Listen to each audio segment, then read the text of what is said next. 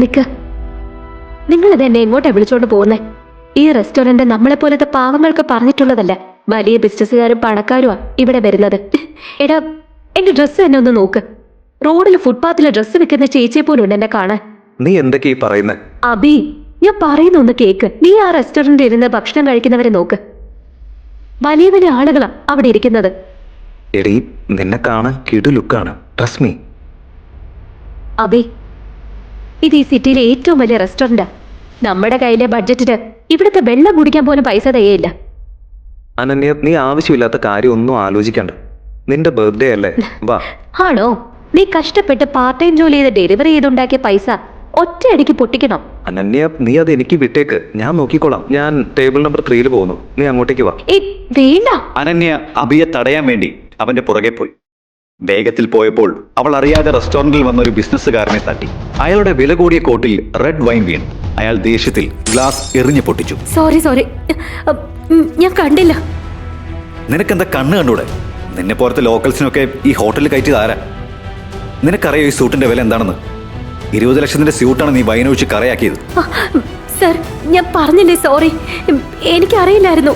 ഞാൻ സോറി. നീ എന്താ വിചാരിച്ചേ? സോറി പറഞ്ഞ ഞാനങ്ങ് വിടുവെന്നോ? ഈ സ്യൂട്ടിന്റെ വില നീ തരൂ. എന്താ പറഞ്ഞേ? ഒന്നുകൂടെ പറ.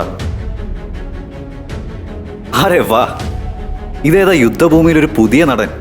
നിനക്ക് ഈ റെസ്റ്റോറന്റ് സ്റ്റാൻഡേർഡിനെ പറ്റി അറിയില്ലേ? ഇതൊന്നും അറിയാതെ വലിഞ്ഞു കയറി വന്നേക്കോണോ? അതൊക്കെ അവിടെ നിൽക്കട്ടെ. നീ ആദ്യം എന്റെ ഭാര്യയോട് മാപ്പ് പറയും. എടാ വേണ്ട. ഓ, ഞാൻ നിന്റെ ഭാര്യയോട് മാപ്പ് പറയണമല്ലേ? നിനക്ക് ഞാൻ ആരാണെന്ന് അറിയാവോ? എടാ, നമുക്ക് മാപ്പ് പറയാതെ ഇവിടുന്ന് പോവാൻ പറ്റില്ല. He's owner of Shinkani industry. Please. നിനക്കെന്താ കാര്യം പറഞ്ഞാൽ മനസ്സിലാവില്ലേ?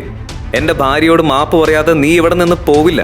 നീ മാപ്പ് പറഞ്ഞില്ലെങ്കിൽ ഇന്നത്തെ ഈ ദിവസത്തെ ഓർത്ത് നീ ദുഃഖിക്കും. അഭിനവിന്റെ ഭീഷണി കേട്ട ഉടനെ തന്നെ ആ പണക്കാരൻ ചുറ്റും നോക്കി. റെസ്റ്റോറന്റിൽ ഭക്ഷണം കഴിച്ചുകൊണ്ടിരുന്ന എല്ലാവരുടെയും മുന്നിൽ അയാൾ അപമാനിതനായി നിന്നു. ഞാൻ ഈ രാജ്യത്തെ തന്നെ ഏറ്റവും വലിയ ഡയമണ്ട് ബിസിനസ് രാജാവാണ്. നിനക്കൊക്കെ സ്വപ്നം കാണുന്നതിനപ്പുറമാണ് എന്റെ റേഞ്ച്. മന്ത്രിമാരും MLA മാരും അല്ല എന്റെ പോക്കറ്റില്. ഒരൊറ്റ ഫോൺ കോൾ മതി നിന്റെ ജീവിതം എനിക്ക് തകർക്കാൻ.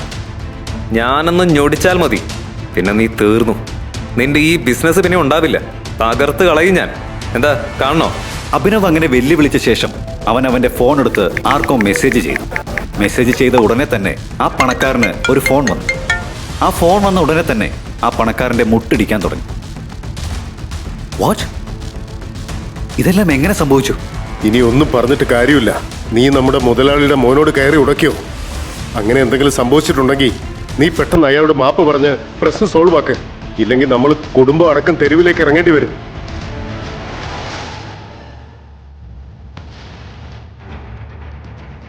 നീ ഇതെല്ലാം എങ്ങനെ ചെയ്തേ? നീ ശരിക്കും ആരാ?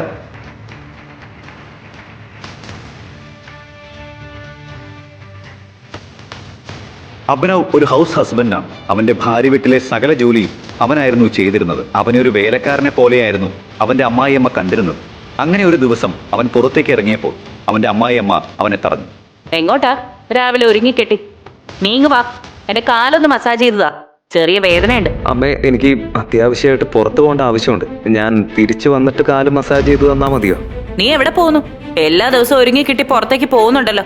എന്റെ മോളുടെ സമ്പാദ്യം ദൂർത്തടിച്ച് ജീവിക്കാൻ നിനക്ക് നാണോ ഇല്ലേ? അവളുടെ പൈസക്ക് പുറത്ത് ആരെയോ കാണാൻ പോകുന്നു. പുറത്തു നടക്കുന്ന വഴക്ക് കേട്ട് അഭിനവിന്റെ ഭാര്യ അനന്യ പുറത്തേക്ക് ഇറങ്ങി വന്നു. എന്താ ഇവിടെ രാവിലെ തന്നെ വഴക്കുണ്ടാക്കാൻ വേണ്ടിയിട്ട്? ഇവിടെ ഇപ്പൊ എന്താ സംഭവിച്ചത്? എന്നോട് ചോദിക്കാതെ നീ നിന്റെ ഭർത്താവിനോട് ചോദിക്ക്. ഒരു പണിക്കും പോവാതെ നിന്റെ ഭർത്താവ് ഇവിടെ അടയിരിക്കാൻ തുടങ്ങിയിട്ട് കുറെ കാലമായി. നീ ഇപ്പൊ തന്നെ അവൻ ഇവിടുന്ന് ഇറക്കി വിടണം.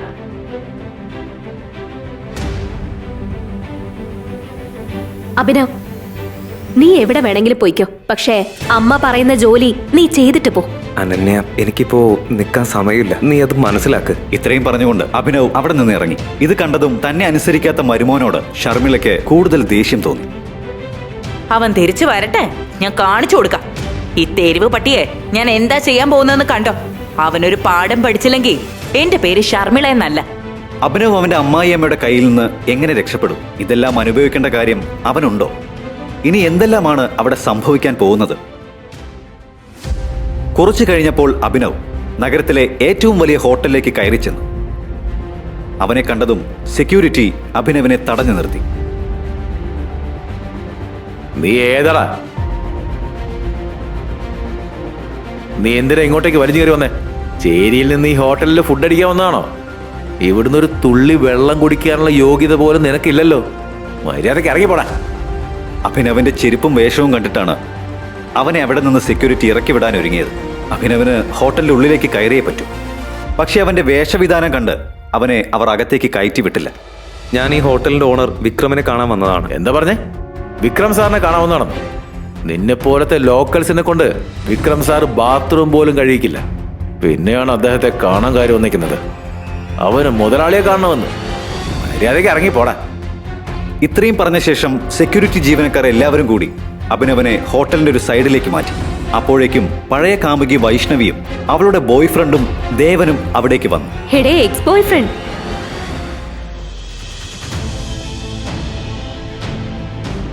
ഭിക്ഷക്കാരനെ ഇങ്ങനെ അപമാനിക്കല്ലേ? കുറെ നാളായി ഭക്ഷണം പോലും കഴിച്ചിട്ടുണ്ടാവില്ല. നിങ്ങൾ ഹോട്ടലിൽ ബാക്കി വന്ന വല്ല ഫുഡ് ഉണ്ടെങ്കിൽ ഇവൻ എടുത്തു കൊടുക്ക്. അവൻ നിന്നോളും. കുറെ നാളായുള്ള വിശപ്പുണ്ടാവും പാവം.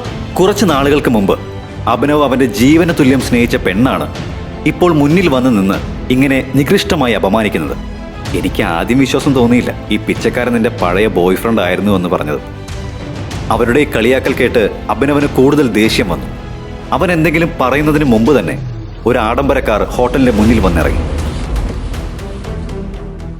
വിക്രം സാർ വന്നു. അയാൾ വന്ന ഉടനെ തന്നെ സെക്യൂരിറ്റിയും മറ്റു ഗാർഡുകളും വന്ന് കാറിനെ വളഞ്ഞു. അപ്പോഴേക്കും ആഡംബര കാറിൽ നിന്ന് വിക്രം ഇറങ്ങി. കാറിൽ നിന്ന് ഇറങ്ങിയ വിക്രം ഹോട്ടലിന്റെ മുന്നിലെ ആളും ബഹളവും കണ്ട് ഇങ്ങനെ ചോദിച്ചു: ഹോട്ടലിന്റെ ലോബിയിൽ എന്താ ഇത്ര ആൾക്കൂട്ടം? അറിയില്ല സാർ. ഏതോ ഒരു ദരിദ്രവാസി വന്ന് ലോബിയിൽ അലമുണ്ടാക്കുക. ഞാൻ നിന്നോട് എത്ര തവണ പറഞ്ഞിട്ടുണ്ട്, ഞാനോ ഈ ഹോട്ടലോ ഇങ്ങനെയുള്ള ദരിദ്രവാസികളെ ഒരിക്കലും എന്റർടൈൻ ചെയ്യിക്കാറില്ലെന്ന്. അവനെ തൂക്കിയെടുത്ത് വെളിയിലെറിയും. വിക്രമിന്റെ വാക്ക് കേട്ടതും അയാളുടെ ഗാർഡ് പെട്ടെന്ന് മുന്നിലേക്ക് വന്ന് അഭിനവനെ പുറത്തേക്കാക്കി. ഗാർഡ് അഭിനവനെ വിക്രത്തിന്റെ മുന്നിലൂടെ വലിച്ചഴിച്ചു കൊണ്ടുപോയി. അപ്പോഴേക്കും വിക്രമിന്റെ കണ്ണുകൾ അഭിനവന്റെ കയ്യിലെ മോതിരത്തിൽ ഉടക്കി. ആ മോതിരം കണ്ട ഉടനെ തന്നെ വിക്രമിന്റെ കണ്ണുകളിൽ ഒരു ഭയം നിഴലിച്ചു. അയാൾ ഗാർഡുകളോട് അഭിനവനെ വെറുതെ വിടാൻ ആവശ്യപ്പെട്ടു. അയാളെ വിട് സർ. അഭിനവന്റെ കയ്യിലെ മോതിരം കണ്ടിട്ടാണ് വിക്രം ഭയപ്പെട്ടത്.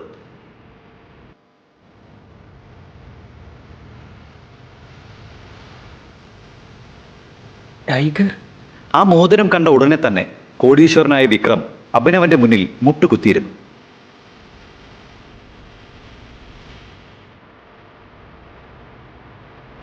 സോറി സർ, എനിക്ക് സാറിനെ മനസ്സിലായില്ല. എനിക്ക് മാപ്പ് തരൂ ടൈഗർ. എന്തുകൊണ്ടായിരിക്കാം നഗരത്തിലെ ഏറ്റവും വലിയ കോടീശ്വരനായ വിക്രം അഭിനവനെ കണ്ട് ഭയപ്പെട്ടു നിന്നത്? ആ മോതിരത്തിന്റെ കഥ എന്തായിരുന്നു? എല്ലാത്തിന്റെയും സത്യാവസ്ഥ എന്തായിരുന്നു?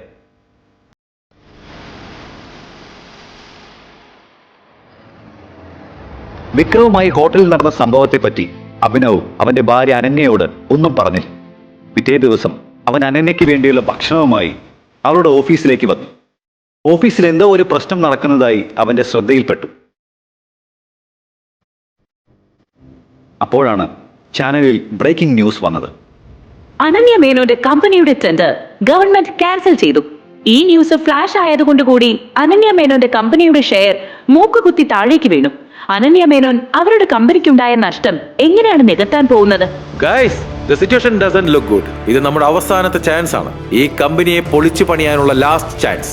ശ്രീരാഗ് അനന്യയുടെ ഫാമിലി ഫ്രണ്ടും ബിസിനസ് പാർട്ട്ണറുമാണ്. മുത്തശ്ശൻ ഹരിദേവ മേനോന്റെ മരണശേഷം കമ്പനി ഏറ്റെടുത്ത അനന്യ ഒരു സഹായത്തിന് വേണ്ടിയാണ് ശ്രീരാഗിനെ പാർട്ട്ണറായി കൊണ്ടുവന്നത്.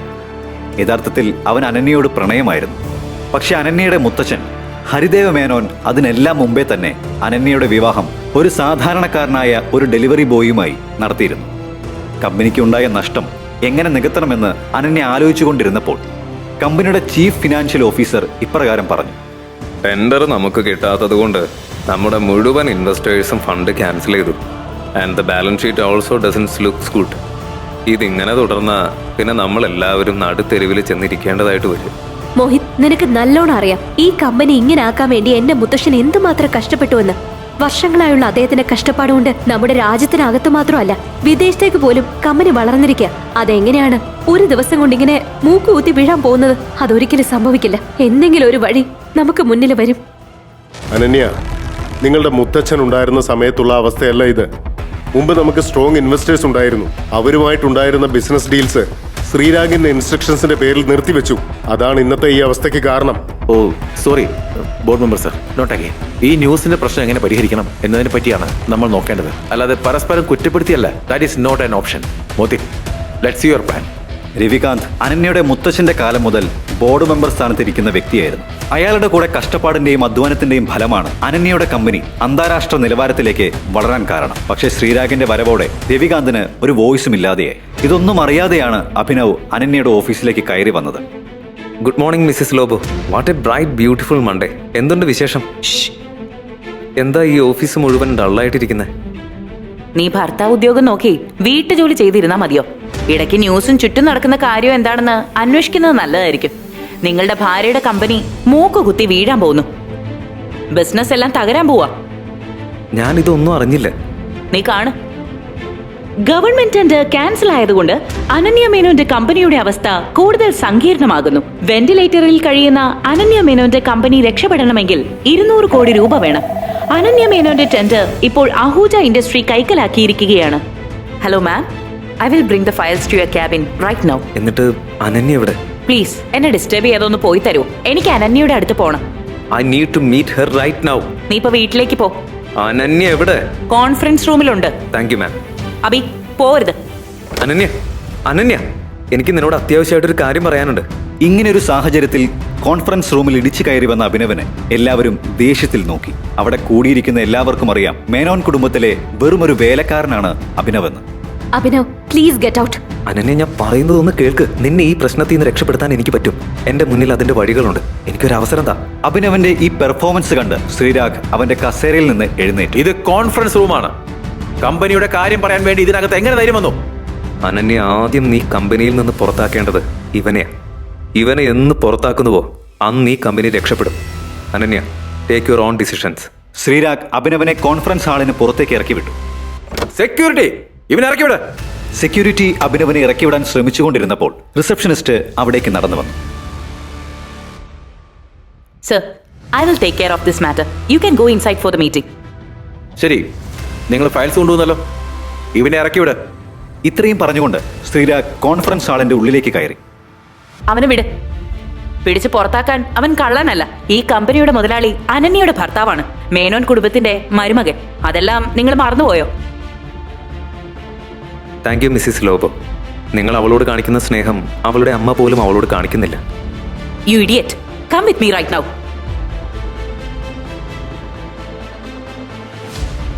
നിനക്ക് എങ്ങനെ ഈ കമ്പനിയുടെ ക്രൈസിസിൽ നിന്ന് മാറി നിൽക്കാൻ പറ്റുന്നത്? എന്നോട് ആരും ഒന്നും പറയാറില്ല. എനിക്ക് കുറച്ച് ഇൻഫർമേഷൻ വേണം. അത് കിട്ടിയില്ലെങ്കിൽ ഐ ആം ഹെൽപ്ലെസ്. എന്ത് ഇൻഫർമേഷനാണ് നിനക്ക് വേണ്ടത്? എനിക്ക് ഈ കമ്പനിയുടെ ഇൻവെസ്റ്റേഴ്സിന്റെ ഡീറ്റെയിൽസ് വേണം. ഷെയർ ഹോൾഡേഴ്സിന്റെ ഡീറ്റെയിൽസ് വേണം. അതിനുശേഷം ബാലൻസ് ഷീറ്റും കാണും. അത് കണ്ടല്ലാതെ എനിക്കൊന്നും ചെയ്യാൻ പറ്റില്ല.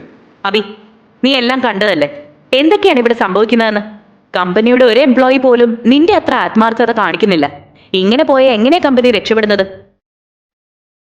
ആ, നിന്റെ വാക്ക് കേൾക്കുന്ന ഒരാള് ഈ ഓഫീസിലുണ്ട്. ആരാണ്? രവികാന്ത് സർ. അദ്ദേഹം അനന്യയുടെ മുത്തച്ഛൻ ഹരിദേവ് മേനോന്റെ കാലം തൊട്ട് ഇവിടെയുണ്ട്. അയാൾ അദ്ദേഹവുമായി ഭയങ്കര ക്ലോസ് ആയിരുന്നു. ശ്രീരാഗ് വന്നതിന് ശേഷം അദ്ദേഹത്തിന് ഇവിടെ വോയിസ് ഇല്ലാതെ. പക്ഷെ ഒരു കാര്യം ഞാൻ നിന്നോട് പറയാം. ആ രവികാന്ത് ഉണ്ടല്ലോ, അദ്ദേഹം ഒരു ചെയിൻ സ്മോക്കറാ. ഓരോ മണിക്കൂറിലും ഓരോ സിഗരറ്റ് വേണം. നീ ഇവിടെ വെയിറ്റ് ചെയ്താൽ മതി. അയാൾ എന്തായാലും സിഗരറ്റ് വലിക്കാൻ ഇങ്ങോട്ടേക്ക് വരും. അപ്പോ നീ ഇടിച്ചു കയറി അയാളോട് സംസാരിച്ചാൽ മതി. അയാളെ എങ്ങനെയെങ്കിലും കൺവിൻസ് ചെയ്യണം. I am sure you can do it. Okay, എനിക്കിപ്പോൾ പോണം. All the best. കുറച്ചു നേരം കാത്തിരുന്ന ശേഷം അഭിനവ് ഫോൺ എടുത്ത് ആരെയോ വിളിച്ചു. ഹലോ, ക്യാബിനറ്റ് മിനിസ്റ്റർ അല്ലേ? എന്തുണ്ട് വിശേഷം? ഹലോ അഭിനവ് സാർ, എന്തു പറ്റി വിളിക്കാൻ? എന്നെ കൊണ്ട് എന്ത് സഹായം വേണ്ടത്? അങ്ങനെയൊന്നുമില്ല. എനിക്ക് ചെറിയൊരു സഹായം വേണം. ഒരു സാധാരണ ഡെലിവറി ബോയ്ക്ക് കേന്ദ്രമന്ത്രിയുമായി എന്ത് ബന്ധമാണുള്ളത്? കേന്ദ്രമന്ത്രി എങ്ങനെയാണ് അഭിനവനോട് ഇത്ര വിനയത്തോടെ സംസാരിച്ചത്? ഫോണിലൂടെ അഭിനവ് തനിക്ക് വേണ്ട സഹായം ആവശ്യപ്പെട്ടു. അവൻ ഫോണിൽ സംസാരിച്ചു കൊണ്ടിരുന്നപ്പോൾ രവികാന്ത് സിഗരറ്റ് വലിക്കാൻ പുറത്തേക്ക് ഇറങ്ങി വന്നു. മന്ത്രി സാറ്, ഞാൻ പറഞ്ഞ കാര്യം സീക്രട്ട് ആയിരിക്കും. കാര്യം നടന്നിട്ട് എന്നെ തിരിച്ചു വിളിക്കണം. ബാക്കി ഞാൻ നോക്കിക്കോളാം. ഓക്കെ?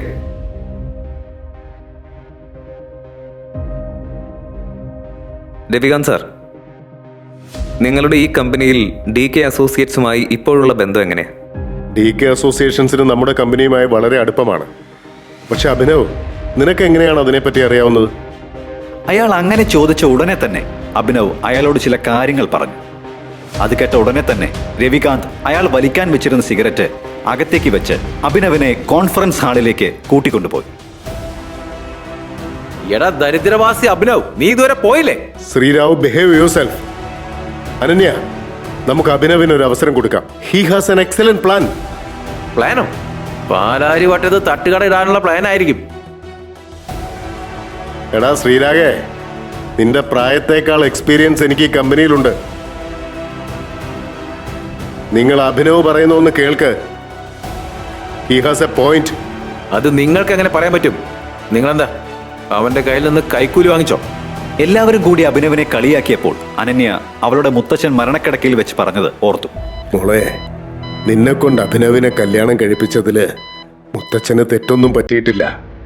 അവൻ നിനക്ക് ഏറ്റവും നല്ല പാർട്ട്ണറായിരിക്കും. നീ ഒരു കാര്യം ഓർത്തു വെച്ചോ, നിനക്ക് ജീവിതത്തിൽ എന്ത് പ്രശ്നം വന്നാലും ആരൊക്കെ നിന്നെ തള്ളി പറഞ്ഞാലും അവൻ മാത്രമേ നിനക്കെന്നും കൂട്ടായിട്ടുണ്ടായിരിക്കുള്ളൂ. മുന്നിൽ നടക്കുന്ന വഴക്ക് കൂടിയപ്പോൾ അനന്യ ദേഷ്യത്തിൽ എഴുന്നേറ്റു. ശ്രീരാഗ്, മര്യാദയ്ക്ക് സംസാരിക്കേ. ഈ കമ്പനി നിന്റെ അല്ല, എന്റെയാ. എല്ലാ ഡിസിഷൻസിന്റെയും വീറ്റോ പവർ എന്റെ കയ്യിലാ. Sit down.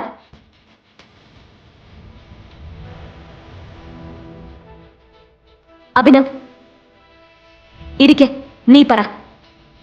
അനന്യ തനിക്ക് പറയാനുള്ളത് കേൾക്കാൻ ഒരുങ്ങിയപ്പോൾ അഭിനവന് സന്തോഷമായി. രവികാന്ത് അഭിനവനെ തന്റെ അടുത്തുള്ള കസേരയിൽ ഇരുത്തി. മുന്നിൽ വെച്ചിരുന്ന വെള്ളം അഭിനവ് കുടിച്ചു. അനന്യ, എനിക്ക് ആദ്യം കമ്പനിയുടെ ഇൻവെസ്റ്റേഴ്സിന്റെയും ഷെയർ ഹോൾഡേഴ്സിന്റെയും ഡീറ്റെയിൽസ് വേണം. എല്ലാത്തിനും പുറമെ എനിക്ക് ബാലൻസ് ഷീറ്റും കാണണം. അത് കാണാതെ എനിക്കൊന്നും പറയാൻ പറ്റില്ല. This is too much. നമ്മൾ അങ്ങനെ ഇതുവരെ ആരോടും കമ്പനി ഡീറ്റെയിൽസ് ഷെയർ ചെയ്തിട്ടില്ല. മോഹിത്, ഫയല് അഭിനവിന് കൊടുക്ക്. നീ ഇപ്പോഴും ഈ പൊട്ടന്റെ വാക്ക് വിശ്വസിക്കുകയാണോ? Pass the file. Sreerag, why don't you mind your language? Abhinav എന്റെ ഭർത്താവാന്ന കാര്യം നീ എന്താ ഓർക്കാത്തെ? 2 വർഷത്തിന് ശേഷമാണ് അനന്യ അഭിനവനെ തന്റെ ഭർത്താവായി പൊതുസ്ഥലത്ത് വെച്ച് അംഗീകരിക്കുന്നത്. അതവന് കൂടുതൽ സന്തോഷം നൽകി. ഓഡിറ്റർ കൊടുത്ത ഫയൽ അഭിനവ് പരിശോധിക്കാൻ തുടങ്ങി.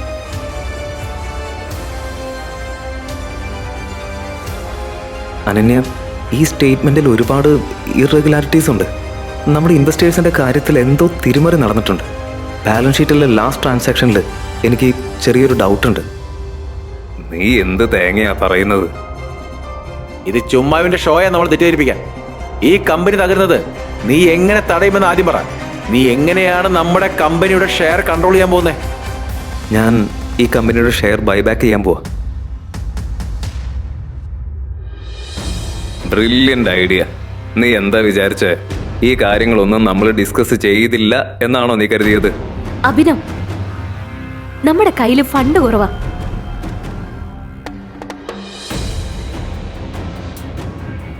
All right, let me make a call. ഇത്രയും പറഞ്ഞുകൊണ്ട് അഭിനവ് ഫോൺ എടുത്ത് വിളിച്ചു. അവൻ ഫോണിൽ സംസാരിക്കുന്നത് കേട്ട് കോൺഫറൻസ് ഹാളിലിരുന്ന് അനന്യ ഉൾപ്പെടെയുള്ള എല്ലാവരും ഞെട്ടി. മിസ്റ്റർ വിക്രം, ഞാൻ പറയുന്നത് ശ്രദ്ധയോടെ കേൾക്ക്. DK കമ്പനി ഫണ്ടിൽ നിന്ന് 500 കോടി ഞാൻ പറയുന്ന കമ്പനിയിലേക്ക് ഇൻവെസ്റ്റ് ചെയ്യും. അതിനുശേഷം DK കമ്പനി ഞാൻ പറയുന്ന കമ്പനിയുമായി മെർജ് ആയി എന്ന് പബ്ലിക്കായിട്ട് അനൗൺസ് ചെയ്യും ഉടനെ തന്നെ. പിന്നെ നീ അഹൂജ കമ്പനിയുടെ എല്ലാ ഷെയറും ക്യാൻസൽ ചെയ്യും. രവികാന്ത് ഒഴികെ എല്ലാവരും അഭിനവ് പറയുന്നത് കേട്ടുണ്ടായ ഞെട്ടലിൽ നിന്ന് മാറിയിട്ടില്ല. ഇത്രയും വലിയ കാര്യങ്ങൾ തന്റെ ഭർത്താവ് എങ്ങനെയാണ് പറയുന്നതെന്ന് അനന്യയും ആലോചിച്ചു. ഇത്രയും വലിയ കമ്പനി മുതലാളിയുമായി അഭിനവ് എങ്ങനെയാണ് ഇത്ര നിസ്സാരമായി സംസാരിച്ചതെന്ന് അവൾ ചിന്തിച്ചു.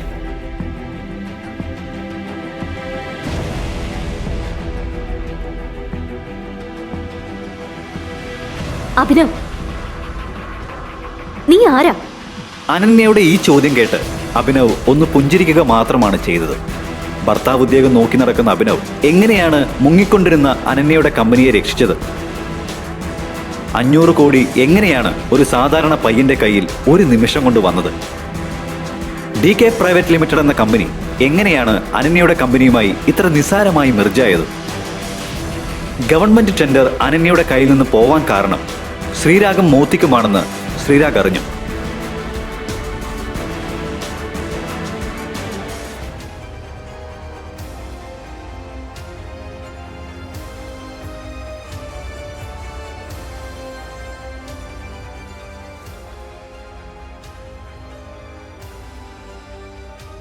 അയാൾ കാർ പുറത്ത് റോഡിൽ പാർക്ക് ചെയ്തിരുന്നു.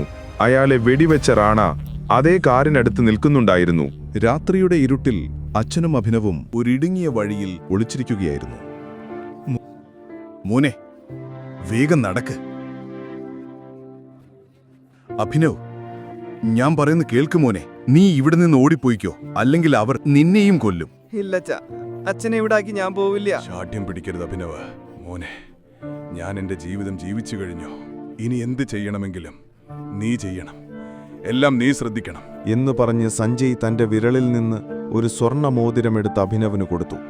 അതിൽ ടി എന്ന് എഴുതിയിരുന്നു. ഒരു കാര്യം എപ്പോഴും ഓർക്കുക, അവസാന ശ്വാസം വരെ പോരാടുക.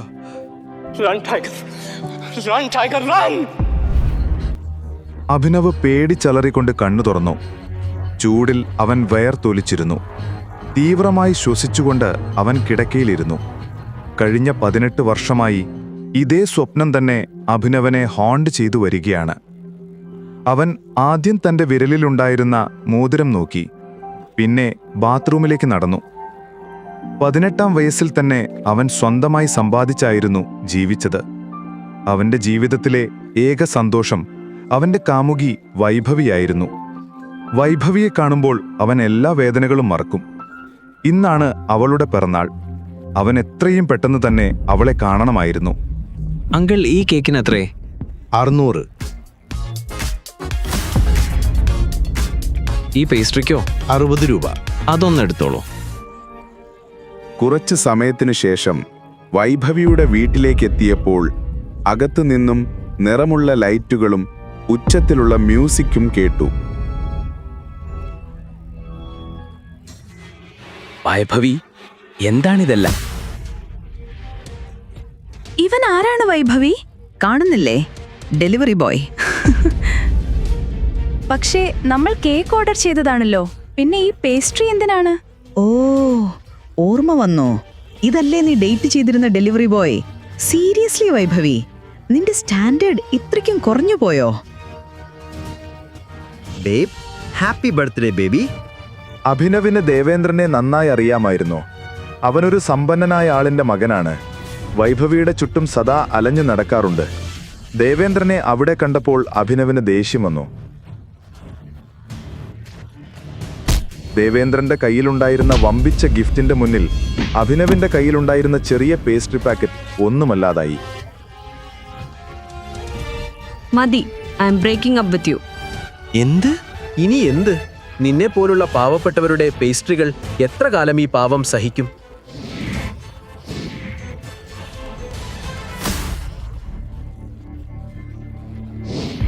നീ ചെയ്തത് ശരിയല്ല വൈഭവി.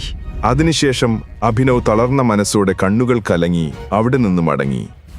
ദേവേന്ദ്രൻ വൈഭവിയെ ചുംബിക്കുന്ന രംഗം അവന്റെ മനസ്സിൽ വീണ്ടും വീണ്ടും വന്നുകൊണ്ടിരുന്നു. അഭിനവ് ഇവിടെ തളർന്ന് റോഡരികിൽ വീണപ്പോൾ വേറൊരു സ്ഥലത്ത് കാറിൽ വളരെ ദേഷ്യത്തോടെ ഇരിക്കുകയായിരുന്നു അർജുൻ മേനോൻ. അദ്ദേഹത്തിന്റെ സഹോദരി അനന്യ ഇപ്പോൾ അയാളുടെ ഉറക്കവും സമാധാനവും കെടുത്തിക്കൊണ്ടിരിക്കുകയാണ്.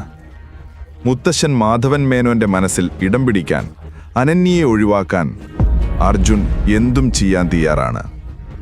ഇന്ന് അതിന്റെ ഭാഗമായിട്ടാണ് അവൻ കാറിൽ ആളുകളുമായി പുറപ്പെട്ടത്.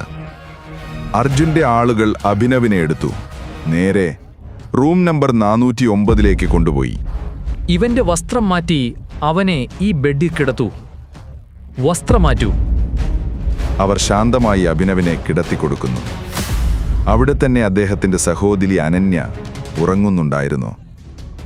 പിറ്റേന്ന് രാവിലെ ഉറക്കത്തിൽ അഭിനവിന്റെ കൈ മൃദുവായ എന്തിലോ ഒന്ന് സ്പർശിച്ചു. അഭിനവ് ഉണർന്നു. അപ്പോൾ അവൻ അറിയാത്ത ഏതോ ഒരു സ്ത്രീയെ കട്ടിലിൽ കണ്ടു. നീ ആരാണ്? നീ എങ്ങനെ എന്റെ റൂമിൽ വന്നു? നീ എന്നെ എന്താണ് ചെയ്തത്?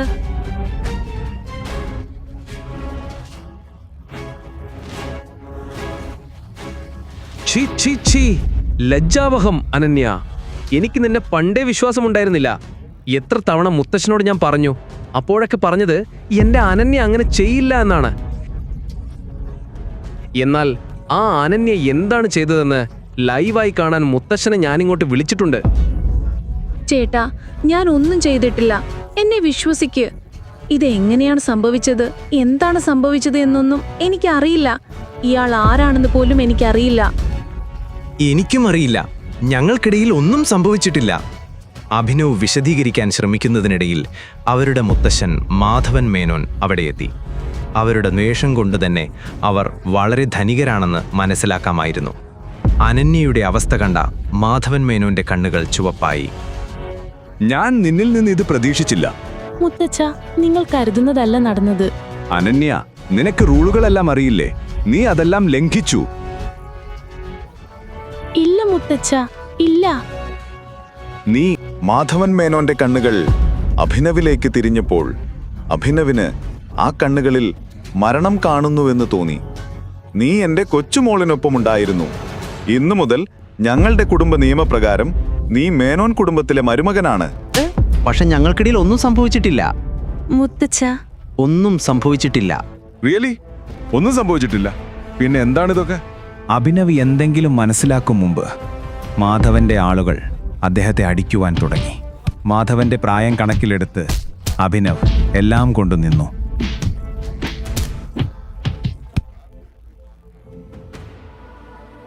അനന്യ, അവനെ ഹോസ്പിറ്റലിൽ കൊണ്ടുപോ. വൈകുന്നേരത്തെ വിക്രമന്റെ പാർട്ടിക്ക് നല്ല ഡ്രസ്സ് ധരിച്ച് ഇവനും ഉണ്ടാകണം. നിന്റെ കൂടെ ഇവനെയും പാർട്ടിയിൽ കാണണം.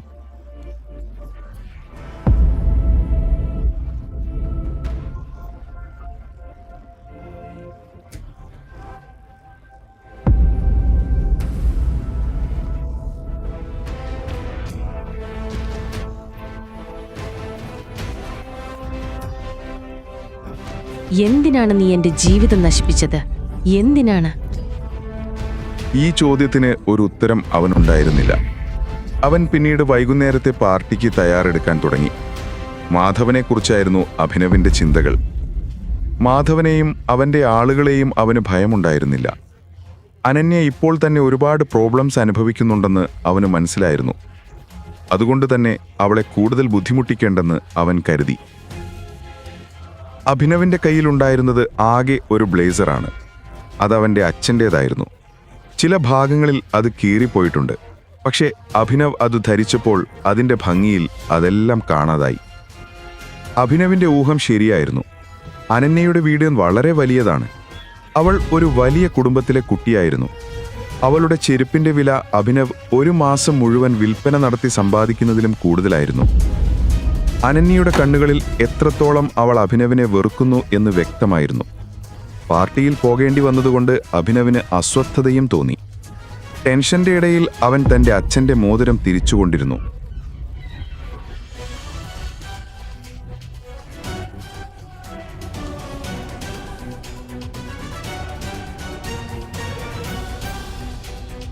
ഈ മോതിരം ഒന്ന് വലിച്ചെറിയാമോ? ക്ഷമിക്കണം, ഈ മോതിരം എനിക്ക് വിലപ്പെട്ടതാണ്. വിക്രത്തിന്റെ വീട് ഒരു കോട്ട പോലെയായിരുന്നു. ചുറ്റും തോക്കുമായി ബൗൺസർമാർ ഉണ്ടായിരുന്നു. അനന്യയും അഭിനവും അകത്തേക്ക് കയറിയതും അഭിനവ് ദേവേന്ദ്രനെ കണ്ടു.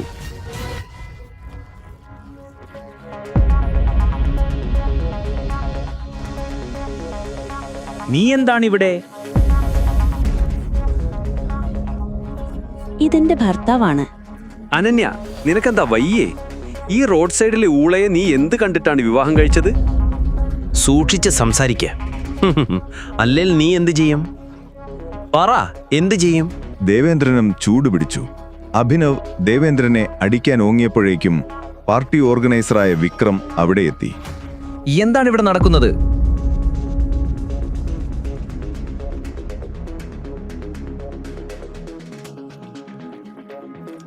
വിക്രം സാർ, ഇവൻ വിളിക്കാതെയാണ് ഈ പാർട്ടിക്ക് വന്നിരിക്കുന്നത്. ഇവിടെ വാ.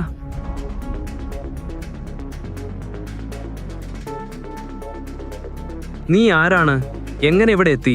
അത് ആക്ച്വലി ഹീസ് മൈ ഹസ്ബൻഡ്. വിക്രമന് അനന്യയുടെ ആ വാക്കുകൾ വിശ്വസിക്കാനായില്ല. നിനക്ക് ഈ പാർട്ടിക്ക് ക്ഷണമില്ല. ഞാൻ പോലീസിനെ വിളിക്കുന്നതിന് മുൻപ് ഇവിടെ നിന്ന് പോയിക്കോ.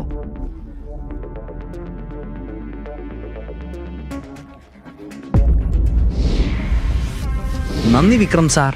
അനന്യ, നിനക്കും ഇവനിൽ നിന്നും അകന്നു നിൽക്കുന്നതാണ് നല്ലത്. നിൽക്ക്. വിക്രം അഭിനവിന്റെ അടുത്തേക്ക് അവന്റെ മോതിരം നോക്കി ഓടിപ്പോയി.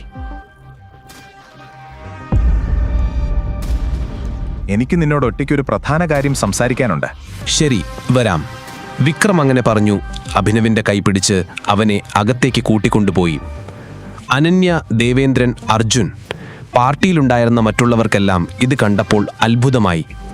കുറച്ചുനേരം കഴിഞ്ഞ് അവർ വിക്രമിന്റെ റൂമിലെത്തി. വിക്രം വാതിലടച്ച് അഭിനവിനോട് അടുത്തെത്തി ചോദിച്ചു, നിന്റെ ഈ മോതിരം എനിക്കൊന്ന് കാണണം. എന്തിനാണ്? ഭയപ്പെടേണ്ട, ഞാനത് ചോദിക്കാൻ പോകുന്നില്ല. ഒരു കാര്യം നോക്കാനാണ്.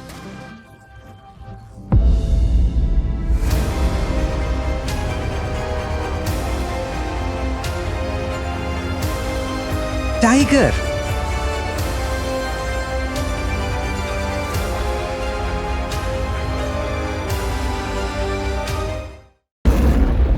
ടൈഗർ മോനെ, ഇവിടുന്ന് പെട്ടെന്ന് രക്ഷപ്പെട്ടോ, ഇല്ലെങ്കിൽ അവര് നിന്നെ കൊന്നുകളയും. വേദന കടിച്ചമർത്തിക്കൊണ്ട് സഞ്ജയ് തന്റെ 5 വയസ്സുള്ള മകൻ അഭിനവിനോട് പറഞ്ഞു. സഞ്ജയ് രജപുത്രയും മകൻ അഭിനവും ഇരുട്ടിൽ ആ ഇടുങ്ങിയ വഴിയിലെ മരച്ചുവട്ടിൽ മറഞ്ഞിരിക്കുകയായിരുന്നു. സഞ്ജയുടെ ശരീരത്തിൽ പലയിടത്തും വെടിയേറ്റിട്ടുണ്ട്. ഇല്ലച്ചാ, അച്ഛനെ വിട്ട് ഞാൻ പോവില്ല. അഭിനവ് കരഞ്ഞുകൊണ്ട് അച്ഛനെ നോക്കി. വാശി കാണിക്കല്ലേ അഭി, എനിക്ക് ഈ അവസ്ഥയിൽ നിന്നെ രക്ഷിക്കാൻ പറ്റില്ല. അവരിപ്പോ ഇവിടെ എത്തും. അതിനു മുമ്പ് മോനെങ്കിലും രക്ഷപ്പെടണം. ചോര ഒഴുകുന്ന മുറിവുകളിൽ അമർത്തിപ്പിടിച്ചുകൊണ്ട് സഞ്ജയ് മകനോട് പറഞ്ഞു. വേണ്ട, അച്ഛനില്ലാതെ ഞാൻ പോവില്ല. അച്ഛനും വാ. അഭി പറഞ്ഞത് കേട്ട് സഞ്ജയ് വാത്സല്യത്തോടെ അവന്റെ മുന്നിൽ മുട്ടുകുത്തിയിരുന്നു. മോനെ, ഒന്നുകൂടെ അവസാനിക്കാൻ പാടില്ല. അതിന് നീ ബാക്കിയാവണം. ബി എ ടൈഗർ അഭി. വിടർന്ന കണ്ണുകളോടെ അത് പറഞ്ഞുകൊണ്ട് സഞ്ജയ് തന്റെ വിരലിലെ പച്ചരത്നം പതിപ്പിച്ച മോതിരമൂരി അഭിനവനെ ഏൽപ്പിച്ചു. ഇതൊരിക്കലും നഷ്ടപ്പെടുത്തരുത്. ആ ചതിയന്റെ മുഖം നീ കണ്ടതല്ലേ? ഓർത്തു വെക്കണം, ഒരിക്കൽ അവൻ നിന്റെ മുന്നിൽ വരും. അച്ഛന്റെ ടൈഗർ മരിക്കില്ലെന്ന് അന്ന് നീ കാണിച്ചു കൊടുക്കണം. പോക്കറ്റിൽ നിന്ന് ഗണ്ണെടുത്ത് ലോഡ് ചെയ്യുമ്പോൾ സഞ്ജയുടെ കണ്ണുകളിൽ തീ ആളുന്നുണ്ടായിരുന്നു. മകനെ വിട്ടുപോകാനുള്ള വേദനയല്ലാതെ അയാളുടെ മുഖത്ത് തെല്ലും ഭയമുണ്ടായിരുന്നില്ല. അപ്പോഴേക്കും ശത്രുക്കൾ അവരുടെ അരികിലേക്കെത്തി. അഭിനവന്റെ നെറ്റിയിൽ ഉമ്മ വെച്ച ശേഷം സഞ്ജയ് ഒരു യോദ്ധാവിനെ പോലെ എതിരാളികൾക്ക് നേരെ നീങ്ങി. അച്ഛൻ തന്നെ ഒറ്റയ്ക്കാക്കി പോയപ്പോൾ അഭിനവ് ഭയന്ന് കരഞ്ഞു. എങ്കിലും ഇരുട്ടിൽ ആ 5 വയസ്സുകാരനെ അക്രമികൾ കണ്ടില്ല. സഞ്ജയുടെ ഗൺ ശബ്ദിച്ചു. ശത്രുക്കൾ 4 പാടും ചിതറി വീണു. അതിനിടയിൽ ഒരു ബുള്ളറ്റ് പാഞ്ഞു വന്ന് സഞ്ജയുടെ നെഞ്ചു തുളച്ചു. അച്ഛാ! അഭിനവ് ഉറക്ക നിലവിളിച്ചുകൊണ്ട് ഉറക്കത്തിൽ നിന്ന് ഞെട്ടിയുണർന്നു. വിയർത്ത് കുളിച്ച് കിതച്ചുകൊണ്ട് അവൻ കട്ടിലിൽ എഴുന്നേറ്റിരുന്നു. കഴിഞ്ഞ 18 വർഷമായി ഇതേ സ്വപ്നം അഭിനവനെ അലട്ടുന്നു. വെടിയേറ്റ് അച്ഛൻ മരിച്ചു വീഴുന്നത് നിറകണ്ണുകളോട് നോക്കി നിൽക്കാനേ അന്നവന് കഴിഞ്ഞിരുന്നുള്ളൂ. ബി എ ടൈഗർ എന്നാണ് അച്ഛൻ അവസാനമായി പറഞ്ഞത്.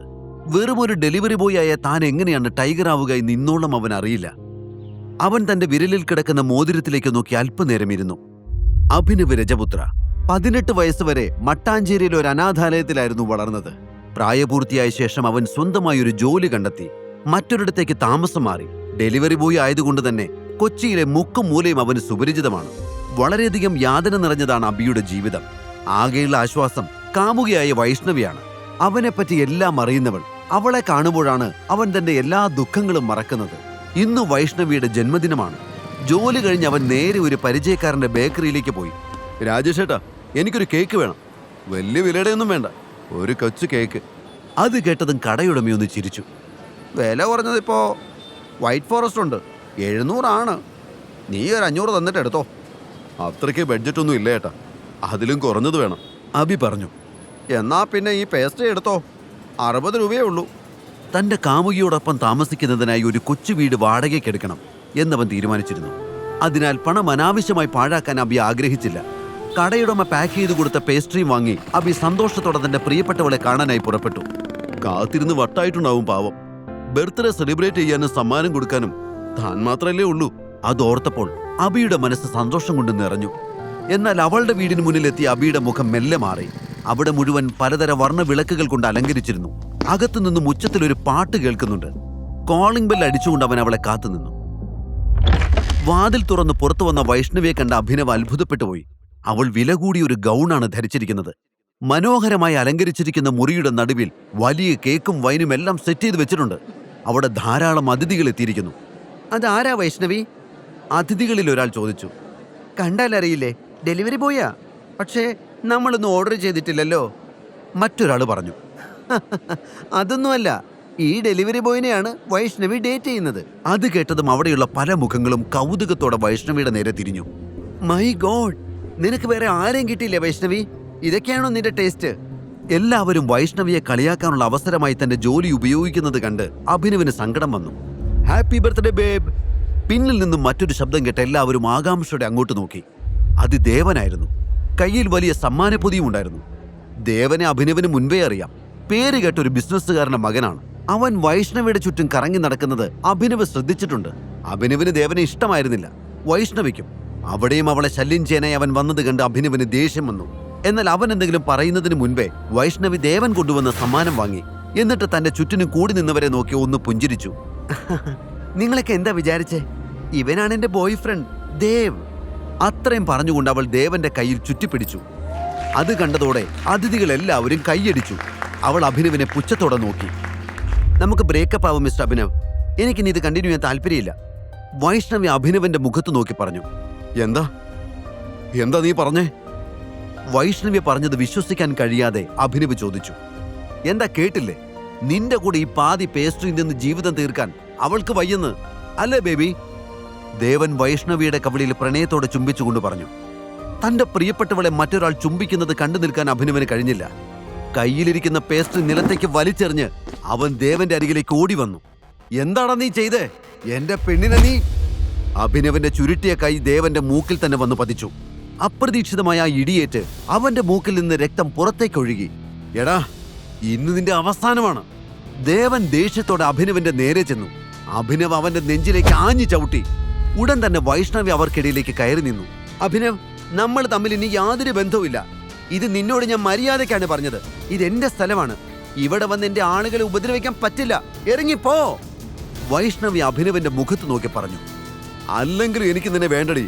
എന്ന് നീ എന്നെ മറന്ന് മറ്റൊരുത്തിനെ തേടിപ്പോയോ? ആ നിമിഷം തീർന്നു എല്ലാം. പക്ഷെ നിനക്ക് എന്നോടൊരു വാക്ക് നേരത്തെ പറയായിരുന്നു. ഞാൻ വെറുതെ... കണ്ണു തുടച്ചുകൊണ്ട് അഭിനവ് അവിടെ നിന്നിറങ്ങി. അവളുടെ മുഖം ഇനി ഒരിക്കലും തന്റെ ഓർമ്മകളിൽ പോലും വരരുതെന്ന് അവൻ ആഗ്രഹിച്ചു. വാടകയ്ക്കാണെങ്കിലും വൈഷ്ണവിയോടൊപ്പം ഒരു നല്ല വീട്ടിൽ ജീവിക്കണമെന്ന ആഗ്രഹത്തോടെ കൂട്ടിവെച്ച പണത്തിലേക്ക് അവൻ പുച്ഛത്തോടെ നോക്കി. പിന്നെ കൺമുന്നിൽ കണ്ട ഒരു ബാറിലേക്ക് കയറി ബോധം മറയുന്നതുവരെ മദ്യപിച്ചു. You cheat, I hate you. തെരുവിലൂടെ ഉറക്കെ വിളിച്ചു പറഞ്ഞുകൊണ്ട് അവൻ നടന്നു. ബാറിൽ നിന്നും വാങ്ങിയ കുപ്പിയിലെ അവസാന തുള്ളിയും വായിലേക്ക് കമഴ്ത്തിയിട്ട് അവൻ കുപ്പി റോഡിലേക്ക് എറിഞ്ഞുടച്ചു. പെട്ടെന്ന് അഭിനവിന് തല കറങ്ങുന്നതുപോലെ തോന്നി. അവൻ ആ റോഡ് സൈഡിൽ ബാലൻസ് തെറ്റി വീണു. പെട്ടെന്നാണ് ഒരു കാർ അവന്റെ മുന്നിലൂടെ സഡൻ ബ്രേക്ക് ഇട്ട് നിന്നത്. അതിൽ നിന്നും സ്യൂട്ട് ധരിച്ച ഒരാൾ പുറത്തേക്കിറങ്ങി. അയാളായിരുന്നു സൗരവ് മേനോൻ, കേദാർ ഗ്രൂപ്പിന്റെ ഓണർ ഹരിദേവ് മേനോന്റെ ചെറുമകൻ. സൗരവ് അഭിനവൻ അല്പനേരം നോക്കി നിന്നു. സുന്ദരനായ ഒരു ചെറുപ്പക്കാരൻ മദ്യപിച്ച് ബോധമില്ലാതെ കിടക്കുകയാണ്. തൊട്ടരികിൽ പൊട്ടിച്ചെറിയ ഒരു മദ്യക്കുപ്പിയുമുണ്ട്. സൗരവിന്റെ മുഖത്ത് ഗൂഢമായൊരു പുഞ്ചിരി വിടർന്നു. ഇവനെ എടുത്ത് കാറിലേക്കിട്, സൗരവ് ഡ്രൈവറോട് ആവശ്യപ്പെട്ടു. റോഡ് സൈഡിൽ മദ്യപിച്ച് കിടക്കുന്ന ഒരുത്തനെ കാറിലേക്ക് കയറ്റാൻ പറഞ്ഞത് എന്തിനാണെന്നറിയാതെ ഡ്രൈവർ സൗരവിനെ നോക്കി. ആ നോട്ടത്തിന്റെ അർത്ഥം മനസ്സിലാക്കിയ സൗരവ് പറഞ്ഞു, ഈ രാത്രി സാധാരണ പോലെ കടന്നുപോയാൽ നാളെ ചിലപ്പോൾ ഞാൻ കേദാർ ഗ്രൂപ്പിന്റെ ആരും അല്ലാതാകും. അങ്ങനെ സംഭവിക്കാൻ പാടില്ല. ഈ പയ്യനെ വെച്ച് ഞാനൊരു കളി കളിക്കാൻ പോവാ. നോക്കിക്കോ, ഇതോടെ എല്ലാം എന്റെ വഴിക്ക് വരും. ഗൂഢമായ ഒരു ചിരിയോടെ സൗരവ് പറഞ്ഞു. Okay boss. ഡ്രൈവർ കഷ്ടപ്പെട്ട് അഭിനവനെ എടുത്ത് കാറിന്റെ പുറകിലേക്ക് കയറ്റി. എമറാൾഡ് ഹോട്ടലിലേക്ക് വിട്, ഇനിയുള്ള ജോലി അവിടെയാ, സൗരവ് പറഞ്ഞു. വൈകാതെ കാർ ഹൈവേയിലൂടെ കുതിച്ചു പാഞ്ഞു. നേരം പുലർന്നപ്പോൾ അഭിനവനെ തന്റെ തല പൊട്ടിപ്പിളരുന്നത് പോലെ തോന്നുന്നുണ്ടായിരുന്നു. എഴുന്നേക്കാൻ ശ്രമിച്ചപ്പോഴാണ് അവന്റെ കൈകൾ മൃദുലമായൊരു ദേഹത്ത് തട്ടിയത്. അവൻ ഞെട്ടി കണ്ണു തുറന്നു. തൊട്ടരികിൽ ദേവതയെ പോലെ സുന്ദരിയായൊരു പെൺകുട്ടി കിടക്കുന്നു. താനിത് എവിടെയാണെന്നും തനിക്ക് എന്ത് സംഭവിച്ചെന്നും മനസ്സിലാവാതെ അഭിനവിരുന്നു. ബെഡിൽ കിടന്ന ഷീറ്റ് എടുത്ത് അവൻ ഉടുത്തു. അപ്പോഴേക്കും ആ പെൺകുട്ടി ഉറക്കത്തിൽ നിന്നും മെല്ലെ ഉണർന്നു. കണ്ണു തുറന്നതും തൊട്ടുമുന്നിൽ ബെഡ്ഷീറ്റ് ചുറ്റി നിൽക്കുന്ന അഭിനവിനെ കണ്ട് അവൾ പരിഭ്രമിച്ചുപോയി. സൗരവ് മേനോന്റെ സഹോദരി അനന്യയായിരുന്നു ആ പെൺകുട്ടി. ഒരു ബിസിനസ് മീറ്റിന് വേണ്ടിയാണ് അവൾ മുത്തച്ഛനോടൊപ്പം എമറാൾഡ് ഹോട്ടലിൽ വന്നത്. തലേന്ന് രാത്രി ഓർഡർ ചെയ്തിരുന്ന ഓറഞ്ച് ജ്യൂസ് കുടിച്ചത് മാത്രമേ അവൾക്ക് ഓർമ്മയുള്ളൂ. ഉണർന്നപ്പോൾ അപരിചിതനായ ഒരാൾ മുറിയിൽ. താൻ ആരാ? എങ്ങനെയാ താൻ എന്റെ റൂമിൽ വന്നത്? നിങ്ങൾ എന്നെ എന്താ ചെയ്തേ? അവൾ ഭയപ്പാടോടെ ചോദിച്ചു. അതെ, അത് തന്നെയാണ് എനിക്കും ചോദിക്കാനുള്ളത്. ഞാൻ എങ്ങനെ ഇവിടെ എത്തി? അഭിനവും പരിഭ്രമത്തോടെ അനന്യയോട് ചോദിച്ചു. അത് കേട്ടതും ദേഷ്യം നിയന്ത്രിക്കാൻ വയ്യാതെ അനന്യ അഭിനവന്റെ മുഖത്ത് ആഞ്ഞടിച്ചു. പെട്ടെന്നാണ് മുറിയുടെ വാതിൽ തുറന്ന് കുറെ പേർ അകത്തേക്ക് കയറിയത്. പരിഭ്രമത്തോടെ അനന്യ അവിടേക്ക് നോക്കി. ആ കൂട്ടത്തിൽ അവളുടെ സഹോദരൻ സൗരവും മുത്തച്ഛൻ ഹരിദേവനും ഉണ്ടായിരുന്നു. ഇപ്പൊ എങ്ങനെയുണ്ട്? ഞാൻ പറഞ്ഞില്ലേ മുത്തച്ഛ, ഇവള് ശരിയല്ല. എന്നാലും എന്റെ അനു, നിനക്കിത് എങ്ങനെ തോന്നിയടി? നീ നമ്മുടെ മുത്തച്ഛനെ ഓർത്തോ? കേദാർ ഗ്രൂപ്പിനെ ഓർത്തോ? നിന്നെ വിശ്വസിച്ചല്ലേ മുത്തച്ഛൻ എല്ലാം ഏൽപ്പിച്ചത്? എന്നിട്ട് ഇത്ര ആളുകളുടെ മുന്നിൽ വെച്ച് മുത്തച്ഛനെ നാണം കെടുത്തിയില്ല നീ? സൗരവ് സങ്കടം അഭിനയിച്ചുകൊണ്ട് ചോദിച്ചു. അത് കേട്ടതും അനന്യ ഭയന്ന് വിറച്ചുകൊണ്ട് മുത്തച്ഛനെ നോക്കി. മുത്തച്ഛ, ഇതൊന്നും വിശ്വസിക്കല്ലേ. ഈ കാണുന്നൊന്നും അല്ല സത്യം. ആരോ എന്നെ ചതിച്ചതാ. എനിക്ക് ഇയാളെ അറിയില്ല. അനന്യ കരഞ്ഞുകൊണ്ട് പറഞ്ഞു. സാർ, ആ കുട്ടി പറയുന്നത് ശരിയാ. എനിക്കും എന്താ സംഭവിച്ചെന്ന് അറിയില്ല. ആരോ. അഭിനവ് പറയാൻ തുടങ്ങിയപ്പോഴേക്കും മതി എന്ന് ഹരിദേവൻ ആംഗ്യം കാണിച്ചു. അയാൾ ചുറ്റിനും ഒന്ന് നോക്കി. കേദാർ ഗ്രൂപ്പിന്റെ ബിസിനസ് പാർട്ട്നേഴ്സാണ് മുറിക്ക് പുറത്തു നിൽക്കുന്നത്. ഉചിതമായൊരു തീരുമാനം കൈക്കൊണ്ടില്ലെങ്കിൽ കുടുംബത്തിന്റെ മാനം ഇതോടെ തകരും. ഉടനെ ഹരിദേവൻ ചുണ്ടിലൊരു ചിരിയെടുത്തണിഞ്ഞു. അതിനുശേഷം അവിടെ കൂടി നിൽക്കുന്നവരോട് പറഞ്ഞു. വൈകുന്നേരത്തെ മീറ്റപ്പേ പറയാന്നാ വിചാരിച്ചത്. പക്ഷെ എന്ത് ചെയ്യാം, സർപ്രൈസ് പൊളിഞ്ഞു. ഇനി ഞാൻ ഒന്നും മറച്ചു വെക്കുന്നില്ല. എന്റെ ഗ്രാൻഡ് ഡോട്ടറെ കല്യാണം കഴിക്കാൻ പോകുന്ന ആളാ ഇത്. അവര് തമ്മിൽ ഇഷ്ടത്തിലാ. അത് കേട്ടതും അനന്യ ഒരു ഞെട്ടലോടെ മുത്തച്ഛനെ നോക്കി. സാർ, ഞാൻ പറയുന്നു ഒന്ന് കേക്ക്. ഹരിദേവനെ യാഥാർത്ഥ്യം പറഞ്ഞ് മനസ്സിലാക്കാൻ വേണ്ടി അഭിനവ് മുന്നോട്ട് വന്നു. ഹരിദേവൻ അഭിനവനെയും വിളിച്ചുകൊണ്ട് അപ്പുറത്തേക്ക് മാറി നിന്നു. മിണ്ടിപ്പോവരുത്. കാര്യങ്ങളൊക്കെ ഇതുവരെ എത്തിച്ചില്ലേ? ഇനി ഞാൻ പറയുന്നത് കേക്ക്. ഇതിന്റെ പേരിൽ ഈ കുടുംബത്തിന് ചീത്തപ്പേരുണ്ടാകാതിരിക്കാൻ ഒരേ ഒരു വഴിയുള്ളൂ. നീ ഇവളെ കല്യാണം കഴിക്കണം. ഗൗരവത്തോടെ ഹരിദേവൻ അഭിനവനോട് പറഞ്ഞു. നിങ്ങൾക്കൊക്കെ എന്താ ഭ്രാന്താണോ? എന്താ നടന്നെന്ന് പോലും അറിയാൻ നിങ്ങൾ ശ്രമിക്കുന്നില്ലല്ലോ. അഭിനവ് കയർത്ത് സംസാരിക്കുന്നത് കണ്ട് ഹരിദേവന്റെ ഗുണ്ടകൾ അവനെ അടിക്കാൻ ആരംഭിച്ചു. മതി, ഹരിദേവൻ പറഞ്ഞു. അതോടെ ഗുണ്ടകൾ പിന്തിരിഞ്ഞു. വൈകിട്ടത്തെ ഫംഗ്ഷനിൽ നിങ്ങൾ ഒരുമിച്ച് പങ്കെടുക്കണം. ഇതെന്റെ തീരുമാനമാണ്. ബാക്കി പിന്നെ സംസാരിക്കാം. മുത്തച്ഛൻ പുറത്തേക്ക് പോയ ഉടനെ അനന്യ കരഞ്ഞുകൊണ്ട് ഓടി വന്ന അഭിനവന്റെ മുഖത്തേക്ക് വീണ്ടും വീണ്ടും അടിച്ചു. Who are you? Why did you cheat me? നീ എന്തിനാ ഇവിടെ വന്നത്? അവൾ കരഞ്ഞുകൊണ്ട് ചോദിച്ചു. അഭിനവന് വ്യക്തമായി ഒരു മറുപടി ഉണ്ടായിരുന്നില്ല. സത്യമായിട്ട് എനിക്കറിയില്ല, എന്നെ വിശ്വസിക്കേ. അവൻ വീണ്ടും പറയാൻ ശ്രമിച്ചു. എങ്കിലും ഒരു കാര്യം അവന് മനസ്സിലായി. ആരും അവളെ ചതിക്കുകയായിരുന്നു. അതിനിടെ താനും പെട്ടിരിക്കുന്നു. അപ്പോഴേക്കും ഹരിദേവന്റെ ആളുകൾ വന്ന് അഭിനവൻ അവിടെ നിന്നും പിടിച്ചുകൊണ്ടുപോയി. മുറിവുകൾ മരുന്ന് വെച്ച് പരിചരിച്ച ശേഷം അവർ അവനെ വീട്ടിൽ കൊണ്ടുപോയി വിട്ടു. കൃത്യസമയത്ത് പാർട്ടിക്ക് റെഡിയാവണം. ഒരു ഭീഷണി പോലെ അവരിൽ ഒരാൾ പറഞ്ഞു. വഴങ്ങുകയല്ലാതെ മറ്റൊരു വഴിയില്ല എന്ന് അഭിനവ് മനസ്സിലാക്കി. പാർട്ടിക്കിടാൻ പറ്റുന്ന തരത്തിൽ ഒരു പഴയ ബ്ലേസർ മാത്രമേ അവന് കിട്ടിയുള്ളൂ. തന്റെ ഷർട്ടിന് മുകളിൽ ആ ബ്ലേസർ അവൻ ധരിച്ചു. സമയമായപ്പോൾ ഹരിദേവന്റെ ആളുകളോടൊപ്പം അവൻ പാർട്ടി നടക്കുന്ന സ്ഥലത്തേക്ക് തിരിച്ചു. ഹരിദേവന്റെ ആളുകൾ അവനെ അനന്യയുടെ അരികിൽ കൊണ്ടെത്തിച്ചു. അനന്യ അഭിനവിനെ പുച്ഛത്തോടെ നോക്കി. ഒരു പഴയ ബ്ലേസറും ധരിച്ച് വിരലിൽ ഒട്ടും ചേർച്ചയില്ലാതെ കിടക്കുന്ന ഒരു മോതിരവിട്ട് കറക്കി കളിക്കുന്നവനെ താൻ എങ്ങനെയാണ് ഒരു ഫിയാൻസിയായിട്ട് പരിചയപ്പെടുത്തുക എന്നോർത്ത് അനന്യയ്ക്ക് ടെൻഷൻ തോന്നി. തന്നെ ഇവിടുത്തെ വാഴത്തോട്ടത്തെ നോക്കൂത്തിയായിട്ട് നിൽക്കാൻ വിളിച്ചതല്ല. അയാളുടെ ഒരു വേഷവും ചേരാത്തൊരു മോതിരവും ഇതൊക്കെ 20 കൊല്ലം മുമ്പത്തെ ഫാഷനാ. ആ മോതിരമെങ്കിലും നൂരിക്കള. അനന്യ ദേഷ്യത്തോട് പറഞ്ഞു. ഈ മോതിരം എന്റെ അച്ഛൻ എനിക്ക് തന്നതാ. ഇത് കളയാൻ പറ്റില്ല. അഭിനവ് അനന്യയോട് പറഞ്ഞു. താൻ എന്തെങ്കിലും ചെയ്യും. എന്തായാലും ഞാൻ നാണം കെടുമെന്ന് ഉറപ്പാ. അനന്യ പല്ലിറുമ്മിക്കൊണ്ട് പിറുപിറുത്തു. പാർട്ടി ഹാളിൽ വൈഷ്ണവിയുടെ പുതിയ ബോയ് ഫ്രണ്ട് ദേവനും ഉണ്ടായിരുന്നു. അവന്റെ മൂക്കിൽ തലേന്ന് അബിയുടെ കൈ പതിഞ്ഞ സ്ഥലത്ത് ഒരു ബാൻഡേജ് ഉണ്ട്. അഭിനവിനെ കണ്ടതും ദേവൻ അവന്റെ അരികിലേക്ക് ഓടി വന്നു. നീ എന്താടാ ഇവിടെ? റോട്ടിൽ കൂടെ തെണ്ടി നടക്കുന്നവർക്ക് കയറി നിറങ്ങാനുള്ളതല്ല ഈ സ്ഥലം, ദേവൻ പറഞ്ഞു.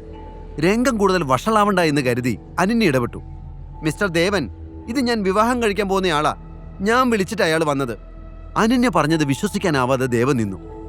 അനന്യ, നീ എന്തൊക്കെയായി പറയുന്നേ? ഇവൻ ആരാണെന്ന് നിനക്കറിയോ? ഇവനെ വിവാഹം കഴിക്കാൻ പോവാണെന്നോ? നിനക്കെന്താ തലയ്ക്ക് വല്ല അസുഖമുണ്ടോ? ദേവൻ അഭിനവനെ നോക്കി പറഞ്ഞു. അത് കേട്ടതും അഭിനവ് ചാടി എഴുന്നേറ്റ് ദേവന്റെ കോളറിൽ പിടിച്ചു. നിനക്ക് കെട്ടിയതൊന്നും പോരല്ലടാ. അടുത്ത നിമിഷം ബലിഷ്ഠമായ ഒരു കൈ അഭിനവിനെ തടഞ്ഞു. പാർട്ടി ഹോസ്റ്റ് ചെയ്യുന്ന ബിസിനസ്മാൻ വിക്രമായിരുന്നു അത്. SR ഗ്രൂപ്പിന്റെ മാനേജിംഗ് പാർട്ണർ. മറ്റുള്ള ബിസിനസ്സുകാരെല്ലാം വിക്രത്തെ ആശ്രയിച്ചാണ് അവരുടെ ബിസിനസ് മുന്നോട്ട് കൊണ്ടുപോകുന്നത്. ചുരുക്കി പറഞ്ഞാൽ അവിടെയുള്ളവരുടെ കാണപ്പെട്ട ദൈവം തന്നെയാണ് വിക്രം. എന്താ ഇവിടെ പ്രശ്നം? വിക്രം അവരെ നോക്കി ചോദിച്ചു. വിക്രം സാർ, ഇവനൊരു ക്രിമിനലാ, അനാവശ്യമായിട്ട് ഇവിടെ വന്ന് പ്രശ്നം ഉണ്ടാക്കുക. അത് കേട്ടതും വിക്രം അഭിനവിനെ മൊത്തത്തിലൊന്ന് നോക്കി. നോക്ക് മിസ്റ്റർ, ഇവിടെ വളരെ പ്രധാനപ്പെട്ട ഒരു പാർട്ടിയാണ് നടക്കുന്നത്. ഒരുപാട് VIP ഗസ്റ്റ് ഒക്കെ വരുന്നതാ. അതിനിടയില് ഇങ്ങനത്തെ ഷോയൊന്നും വേണ്ട. നിങ്ങൾക്ക് ഞാൻ ഇൻവിറ്റേഷൻ അയച്ചിട്ടില്ലല്ലോ. ഇൻവൈറ്റ് ചെയ്തവർ മാത്രം മതി ഇവിടെ. പ്രശ്നം ഉണ്ടാക്കാതെ നിങ്ങൾ പുറത്തു പോകണം. ഒട്ടും മയമില്ലാതെ വിക്രം അഭിനവിനോട് ആവശ്യപ്പെട്ടു. അഭിനവ് എങ്ങനെ പ്രതികരിക്കുമെന്ന് അറിയാത്തതിനാൽ അത് കേട്ട ഉടനെ അനന്യ പറഞ്ഞു, സോറി സാർ, ഇതിന്റെ ഫിയാൻസിയാ, പ്രശ്നം ഉണ്ടാക്കാൻ വേണ്ടി വന്നതല്ല, ഞങ്ങൾ ഇപ്പൊ തന്നെ പോയേക്കാം. അവൾ അഭിനവിന്റെ കൈയും പിടിച്ച് പുറത്തേക്ക് നടന്നു. അപ്പോഴാണ് വിക്രമിന്റെ കണ്ണുകൾ അഭിനവിന്റെ മോതിരത്തിലെത്തിയത്. ഒരു മിനിറ്റ്, വിക്രം പിന്നിൽ നിന്ന് വിളിച്ചു. അത് കേട്ട് എല്ലാവരും ഒരുമിച്ച് വിക്രമിനെ നോക്കി. എനിക്ക് നിങ്ങളോടൊരു കാര്യം പറയാനുണ്ട്. വിരോധമില്ലെങ്കിൽ ഒന്ന് എന്റെ ക്യാബിനിലേക്ക് വരൂ. വിക്രമിന്റെ സംസാരത്തിൽ വന്ന മാറ്റം കണ്ട് ദേവനും കൂട്ടുകാരും അമ്പരന്ന് പോയി. ഒരു ഡെലിവറി ബോയോട് ഇത്രയും വലിയൊരു മനുഷ്യന് എന്താണ് സംസാരിക്കാനുള്ളതെന്ന് അവർ ചിന്തിച്ചു. അപ്പോഴേക്കും വിക്രം അവനെയും കൊണ്ട് അവിടെയുള്ള തന്റെ ഓഫീസ് മുറിയിലേക്ക് നടന്നു തുടങ്ങിയിരുന്നു. മുറിയിൽ കയറി വാതിലടച്ച ശേഷം വിക്രം അവനെ നോക്കി പറഞ്ഞു, നിന്റെ മോതിരം എനിക്ക് ഊരിത്താ. അത് കേട്ടതും അഭിനവിന്റെ നെറ്റി ചുളിഞ്ഞു. എന്തിന്? അവൻ ചോദിച്ചു. എനിക്കതൊന്ന് നോക്കണം, ഞാനിത് മുമ്പ് എവിടെയോ കണ്ടിട്ടുണ്ട്, വിക്രം പറഞ്ഞു. അഭിനവ് സംശയത്തോടെ മോതിരം ഊരി വിക്രമിന്റെ കയ്യിൽ വെച്ചു കൊടുത്തു. വിക്രം മോതിരം തിരിച്ചും മറിച്ചു നോക്കി. അതിന്റെ ഉൾഭാഗത്ത് T എന്ന അക്ഷരം തിളങ്ങുന്നത് അയാൾ കണ്ടു. ആ തിളക്കത്തോടൊപ്പം ഇടിമിന്നൽ പോലൊരു മുഖം കൂടി അയാളുടെ മനസ്സിൽ തെളിഞ്ഞു. വിക്രമിന്റെ ഹൃദയമിടിപ്പ് കൂടി. നിന്റെ അച്ഛന്റെ പേരെന്താ? അയാൾ ചോദിച്ചു. സഞ്ജയ് രജപുത്ര. അത് കേട്ടതും വിക്രം അഭിനവന്റെ മുന്നിൽ അറിയാതെ മുട്ടുകുത്തി. ടൈഗർ, ഒടുവിൽ ഞാൻ അങ്ങേ കണ്ടെത്തിയിരിക്കുന്നു, നിറഞ്ഞ കണ്ണുകളോടെ വിക്രം പറഞ്ഞു. വിക്രമന്റെ നാവിൽ നിന്ന് ടൈഗർ എന്ന് കേട്ടതും അഭിനവ് അമ്പരന്ന് പോയി. തന്റെ അച്ഛൻ വിളിക്കാറുള്ള പേര് ഇയാൾക്ക് എങ്ങനെ അറിയാമെന്ന് അവൻ ചിന്തിച്ചു. കഴിഞ്ഞ 18 വർഷമായി നിന്നെ ഞങ്ങൾ അന്വേഷിക്കുകയാണ്. ഈ കാണുന്നതെല്ലാം നിന്റെയാണ് മോനെ. നിന്റെ അച്ഛൻ സഞ്ജയ് രജപുത്രയുടെ അധ്വാനത്തിന്റെ ഫലം. വിക്രം പറഞ്ഞത് കേട്ട് അഭിനവ് ഞെട്ടിപ്പോയി. ഞാനും നരേന്ദ്രനും നിന്റെ അച്ഛനും കൂടെ കെട്ടിപ്പൊക്കിയതാ MK ഗ്രൂപ്പ്. ഇവിടെ ഞങ്ങൾക്ക് ശത്രുക്കളില്ലായിരുന്നു. നിന്റെ അച്ഛന്റെ പേര് കേട്ടാ മതി എല്ലാവരും വിറയ്ക്കും. പക്ഷേ അദ്ദേഹം പോയതോടെ കാര്യങ്ങളെല്ലാം മാറി. ശത്രുക്കളുടെ എണ്ണവും കൂടി. ഡേവിഡ് തരകൻ എന്നൊരാളുണ്ട്, പണ്ടേ MK ഗ്രൂപ്പിന്റെ ശത്രുവാണ്. ഇപ്പോ അയാൾ നിന്നെ കൊല്ലാൻ നടക്കുക. ഞാനും നരേന്ദ്രനും എപ്പോഴും നിന്റെ അച്ഛന്റെ കൂടെ തന്നെ ഉണ്ടായിരുന്നു. നോക്ക്, ഞങ്ങൾ എല്ലാവരും കൂടി ചേർന്നെടുത്ത ഫോട്ടോ. വിക്രം ചുമരിൽ തൂക്കിയിട്ടിരിക്കുന്ന ഫോട്ടോയിലേക്ക് ചൂണ്ടിക്കൊണ്ടു പറഞ്ഞു. അഭിനവന്റെ കണ്ണുകൾ ആ ഫോട്ടോയിൽ എത്തി നിന്നു. അതിലുള്ള ഓരോരുത്തരെയും വിക്രം അവന് പരിചയപ്പെടുത്തി. ഇത് ഞാൻ, നടുക്കുള്ളത് നിന്റെ അച്ഛൻ സഞ്ജയ്, അടുത്ത് നിൽക്കുന്നത് നരേന്ദ്രൻ. നരേന്ദ്രന്റെ മുഖം കണ്ടതും അഭിനവ് ഞെട്ടിപ്പോയി. കാലം എത്ര കഴിഞ്ഞാലും തനിക്ക് മറക്കാൻ കഴിയാത്ത മുഖം. എപ്പോഴും താൻ കാണുന്ന സ്വപ്നങ്ങളിൽ തെളിഞ്ഞു വരാറുള്ള അതേ മുഖം. തന്റെ അച്ഛനെ ചതിച്ചു കൊന്നവൻ നരേന്ദ്രൻ. അഭിനവന്റെ കണ്ണുകൾ തീക്കനൽ പോലെ ചുവന്നു. അത് കണ്ടതും വിക്രം ചോദിച്ചു, എന്താ മോനെ, എന്തെങ്കിലും പ്രശ്നമുണ്ടോ? ഏയ്, ഒന്നുമില്ല, നിങ്ങൾ പറഞ്ഞോളൂ, അഭിനവ് പറഞ്ഞു. ഇപ്പോഴിതൊക്കെ നോക്കി നടത്തുന്നത് നരേന്ദ്രന്റെ മോൻ രോഹന. എന്നെങ്കിലും ടൈഗർ തിരിച്ചു വരുമെന്ന പ്രതീക്ഷയിലാണ് ഇതുവരെ ഞങ്ങൾ കാത്തിരുന്നത്. എല്ലാം നീ ഏറ്റെടുക്കണം. സഞ്ജയ് നിർത്തിയിടത്തു നിന്ന് നീ തുടങ്ങണം, വിക്രം പറഞ്ഞു. അഭിനവ് എല്ലാം ശ്രദ്ധിച്ചു കേട്ടു. MK ഗ്രൂപ്പിനെ പറ്റി അവന് മുന്നേ അറിയാം. ലോകം മുഴുവൻ പടർന്നു പന്തലിച്ച് കിടക്കുന്ന ബിസിനസ് സാമ്രാജ്യം തന്നെയാണത്. കൊച്ചിയിലെ എല്ലാ വലിയ സംരംഭങ്ങളിലും MK ഗ്രൂപ്പ് എന്ന ബിസിനസ് ഭീമന്മാരുടെ ഷെയറുണ്ട്. 1000 രൂപ തികച്ചെടുക്കാനില്ലാതിരുന്ന താനാണ് ഇപ്പോൾ കോടികൾ വിലമതിക്കുന്ന സ്വത്തുക്കളുടെ അധിപനാണെന്ന് പറയുന്നത്. പക്ഷെ അവനെ അലട്ടുന്ന മറ്റൊരു കാര്യം ഇപ്പോൾ മുന്നിലുണ്ട്. അഭിനവ് വല്ലാത്തൊരു ഭാവത്തോടെ ചുമരിലെ ഫോട്ടോയിലേക്ക് നോക്കി. അച്ഛന്റെ വാക്കുകൾ ഇടിമുഴക്കം പോലെ അവന്റെ കാതിൽ മുഴങ്ങി. ടൈഗർ അബി, ആ ചതിയന്റെ മുഖം നീ കണ്ടതല്ലേ? ഓർത്തു വെക്കണം, ഒരിക്കൽ അവൻ നിന്റെ മുന്നിൽ വരും. ടൈഗർ മരിക്കില്ലെന്ന് അന്ന് നീ കാണിച്ചു കൊടുക്കണം. അച്ഛൻ പറഞ്ഞത് സത്യമാവുന്നതായി അഭിനവിന് തോന്നി. നരേന്ദ്രന്റെ ഫോട്ടോയിലേക്ക് നോക്കുന്തോറും അഭിനവന്റെ കണ്ണുകളിൽ പകയാളിക്കൊണ്ടിരുന്നു. എന്റെ അച്ഛന്റെ മരണത്തിന് കാരണക്കാരനാണ് ഇയാൾ. സുഹൃത്തായി കൂടെ നിന്ന് പിന്നിൽ നിന്ന് കുത്തിയ ചതിയൻ. ഇയാളോട് പകരം ചോദിച്ചാൽ മാത്രമേ അച്ഛന്റെ ആത്മാവിന് ശാന്തി കിട്ടൂ. ടൈഗറിന്റെ മനസ്സിരമ്പി. ഇത്രയും നാൾ നീ എവിടെയായിരുന്നു മോനെ? അബിയുടെ ചിന്തകളെ മുറിച്ചുകൊണ്ട് വിക്രം ചോദിച്ചു. എനിക്ക് വേറെ ആരുമില്ലല്ലോ, അച്ഛൻ മരിച്ച ശേഷം ഞാനൊരു ഓർഫണേജിലായിരുന്നു. പഠിച്ചതും വളർന്നതും ഒക്കെ അവിടെയാ. പിന്നെ ഒരു ചെറിയ മുറി വാടകയ്ക്കെടുത്തു. ഹയർ സ്റ്റഡീസിന് പൈസയൊക്കെ ജോലി ചെയ്ത് ഉണ്ടാക്കേണ്ടി വന്നു. ഇപ്പോഴും അങ്ങനെയൊക്കെ പോണു. അഭിനവ് പറഞ്ഞു. 5 വയസ്സിൽ അച്ഛനെ നഷ്ടപ്പെട്ടു എന്നല്ലാതെ തന്റെ കുടുംബത്തെപ്പറ്റി കൂടുതലൊന്നും അവൻ അറിയില്ല എന്ന് വിക്രമിന് മനസ്സിലായി. അവന്റെ തോളിൽ കൈവച്ചുകൊണ്ട് വിക്രം പറഞ്ഞു, നിന്നെ അന്വേഷിക്കാൻ ഇനി ഒരു സ്ഥലവും ബാക്കിയില്ല മോനെ. ഞങ്ങളുടെ കയ്യിൽ നിന്റെ ഒരു പഴയ ഫോട്ടോ മാത്രമേ ഉണ്ടായിരുന്നുള്ളൂ. അതും വെച്ച് എത്ര കാലം നിന്നെ തിരയാൻ പറ്റും? നീ അങ്ങ് വളർന്നു പോയില്ലേ? അഭിനവനെ സ്നേഹത്തോടെ നോക്കിക്കൊണ്ട് വിക്രം തുടർന്നു. എന്നാലും നീ ഞങ്ങളുടെ സഞ്ജയുടെ മോനല്ലേ? എന്നെങ്കിലും ഒരിക്കൽ നീ വരുമെന്ന് എനിക്ക് ഉറപ്പായിരുന്നു. ഇതൊക്കെ അറിയുമ്പോ രോഹനും സന്തോഷമാകും. നിറഞ്ഞ കണ്ണുകൾ തുടച്ചുകൊണ്ട് അയാൾ പറഞ്ഞു. രോഹന്റെ പേര് കേട്ടപ്പോൾ അഭിനവന് ദേഷ്യം വന്നു. തന്റെ അച്ഛനെ കൊന്നവന്റെ മകൻ ഇതൊക്കെ അറിഞ്ഞ് സന്തോഷിക്കുമെന്ന് അഭിനവന് തോന്നിയില്ല. ഒരുപാട് ചോദ്യങ്ങൾക്ക് ഇനിയും ഉത്തരം കിട്ടാനുണ്ടല്ലോ എന്ന് അവൻ ചിന്തിച്ചു. അങ്കിൾ, എന്റെ അച്ഛൻ എന്നോട് ഈ ഗ്രൂപ്പിനെ പറ്റി ഒന്നും പറഞ്ഞിട്ടില്ല. അഭിനവ് പറഞ്ഞു. അവൻ നിന്നെ ഇതിൽ നിന്നൊക്കെ മാറ്റി നിർത്താനാ നോക്കിയത്. പക്ഷെ ഇനിയിപ്പോ അത് പറ്റില്ല.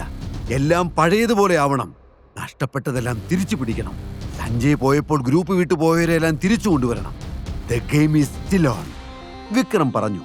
തന്റെ കൂട്ടുകാരനായ നരേന്ദ്രനാണ് സഞ്ജയിനെ കൊന്നതെന്ന കാര്യം വിക്രമന് അറിയില്ല എന്ന് അഭിനവന് അപ്പോൾ മനസ്സിലായി. വിക്രം തന്റെ ടേബിളിന്റെ വലിപ്പ് തുറന്ന് ഒരു ചെക്ക് പുറത്തെടുത്ത് അതിലൊരു തുക എഴുതി ഒപ്പിട്ടു. ഇത് 50 കോടി രൂപയുടെ ചെക്ക. ഇത് കൈവച്ചോ. ടൈഗറായി ഉത്തരവാദിത്തങ്ങൾ ഏറ്റെടുക്കുന്നത് വരെ നിനക്ക് ഈ പണം ഉപയോഗിക്കാം, വിക്രം പറഞ്ഞു. അഭിനവ് വിക്രമിന്റെ കയ്യിൽ നിന്ന് ആ ചെക്ക് വാങ്ങി. തന്റെ ജീവിതം മാറി മറിഞ്ഞിരിക്കുന്നുവെന്ന് അവന് വിശ്വസിക്കാൻ കഴിഞ്ഞില്ല. ചെക്ക് ലീഫ് തിരിച്ചു വെച്ചിട്ട് വിക്രം തുടർന്നു. എല്ലാ നീക്കങ്ങളും സൂക്ഷിച്ചു വേണം. നീയാണ് ടൈഗർ എന്ന് തൽക്കാലം ആരും അറിയണ്ട. എല്ലായിടത്തും ശത്രുക്കളുണ്ട്. എല്ലാം പറയാനൊരു നല്ല അവസരം വരുന്നത് വരെ നമ്മൾ കാത്തിരിക്കണം. തൽക്കാലം ഇതുവരെ നീ എങ്ങനെയാണോ ജീവിച്ചത് അതുപോലെ തന്നെ കഴിയുക. അഭിനവ് അത് കേട്ട് തലയാട്ടി. ഇതേ സമയം പുറത്ത് ദേവനും സൗരവും അനന്യയും അക്ഷമരായി കാത്തു നിൽക്കുന്നുണ്ടായിരുന്നു. വിക്രം സാർ അവനെ തട്ടിക്കാണുമെന്ന് എനിക്ക് തോന്നുന്നത്. അല്ലാതെ ഇത്രയും നേരം വാതിലടച്ചിരിക്കേണ്ട കാര്യം എന്താ? സൗരവ് ചോദിച്ചു. പാവം, സുന്ദരിയായൊരു പെണ്ണിനെ കിട്ടിയിട്ട് ഒരു രാത്രി പോലും അവളോടൊപ്പം കഴിയാനുള്ള യോഗ അവനില്ല, ദേവൻ കളിയാക്കിക്കൊണ്ട് പറഞ്ഞു. അവർ തന്നെ കളിയാക്കാണെന്ന് അനന്യയ്ക്ക് മനസ്സിലായി. എങ്കിലും അനന്യയുടെ ഉള്ളിൽ ചെറിയൊരു ടെൻഷൻ ഉണ്ടായിരുന്നു. അവര് പറഞ്ഞതുപോലെ തന്നെ വിക്രം എന്തിനും മടിക്കാത്ത ആളാണ്. ഒരു മനുഷ്യൻ മരിക്കുമെന്ന് പറഞ്ഞുകൊണ്ട് എങ്ങനെ ഇവർക്കൊക്കെ സന്തോഷിക്കാൻ പറ്റുന്നത്? അവൾ ചിന്തിച്ചു. നിങ്ങളൊന്നും മിണ്ടാതിരിക്കാവോ? അനന്യ അവരോട് ദേഷ്യപ്പെട്ടു. ഓ, ഞങ്ങളൊന്നും പറയുന്നില്ല. കുറച്ചു കഴിയുമ്പോൾ അവൻ പീസായിട്ട് ചാക്കി കയറി വരും. അപ്പ വിശ്വസിച്ചാ മതി, സൗരവ് പറഞ്ഞു. അത് കേട്ട് ദേവൻ ചിരിച്ചു. പെട്ടെന്ന് വിക്രമന്റെ മുറിയുടെ വാതിൽ തുറന്നു. വിക്രം അഭിനവനെ കൂട്ടിക്കൊണ്ട് പുറത്തേക്ക് വന്നു. അഭിയെ ജീവനോടെ കണ്ടപ്പോൾ ദേവന്റെയും സൗരവിന്റെയും മുഖം വാടി. ഇവൻ ചത്തില്ലേ? ദേവൻ ചോദിച്ചു. അതെ, ഞാനും അത് ആലോചിക്കുന്നു.